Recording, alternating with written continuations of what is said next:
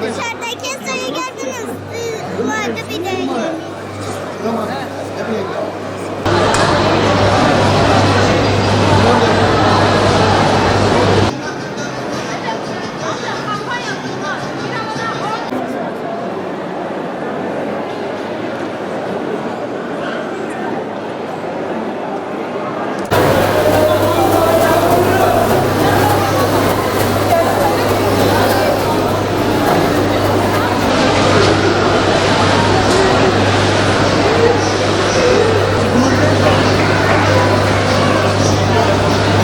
Vatandaşımız bu konuda gerekli özeni gösteriyor. Tabii Adıyaman yöresel ürünlerine daha çok talep var, daha çok rağbet var.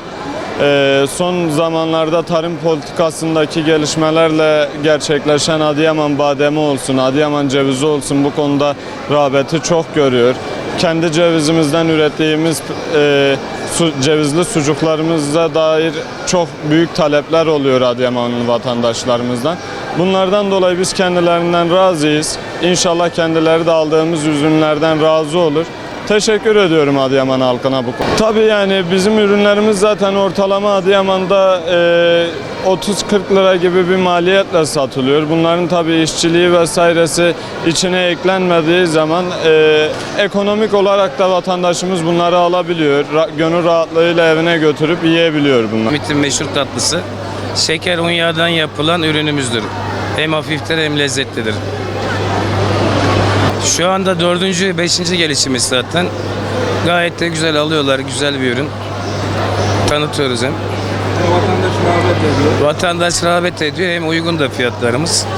Toptan fiyatına satıyoruz burada. Vallahi fuarımız çok güzel. Yöresel ürünler getiriyoruz. Zeytinlerimiz tamamıyla zaten organik olarak Akhisar'dan geliyoruz biz. Fuardaki tüm halkımız zaten biliyor bizim daha önce hükümet binasının önünde otobüsten geldiğimizi. Ve geliyorlar bizden zeytinimizi alıyorlar, memnun kalıyorlar. Vatandaşın rağbeti var mı? Nasıl? Tabii vatandaşımız biz zeytinimizi bildiği için devamlı geliyorlar. Allah razı olsun onlardan. Biz balımızı Erzurum Aşkale Koşapınar köyünde 2300 rakımda üretmekteyiz. Allah'a şükürler olsun. Hiçbir zorluk yaşamıyoruz. Doğal olduğumuzdan dolayı doğal halimizde de bizi tercih ediyorlar.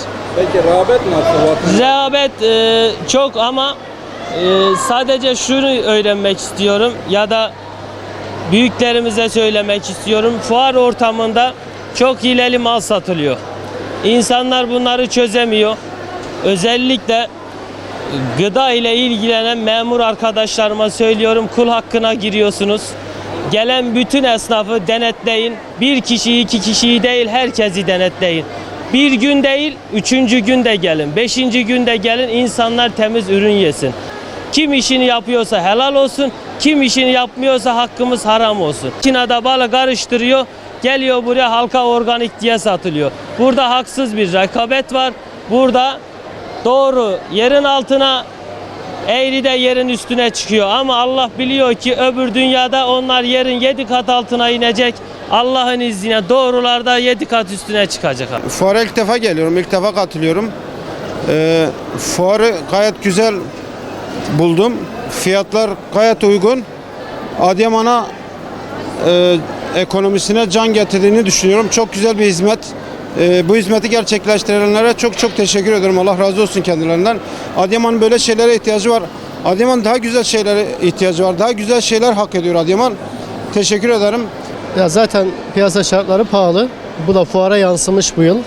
Yani geçen fuara göre biraz daha fiyatlar farklı duruyor. Ama yine de böyle bir fuarın düzenlenmesi Adıyaman için olumlu bir gelişme olarak görüyorum. Gelmeyen iller var sanırım. Biraz daha batı illerinden gelseler daha iyi olur diye düşünüyorum.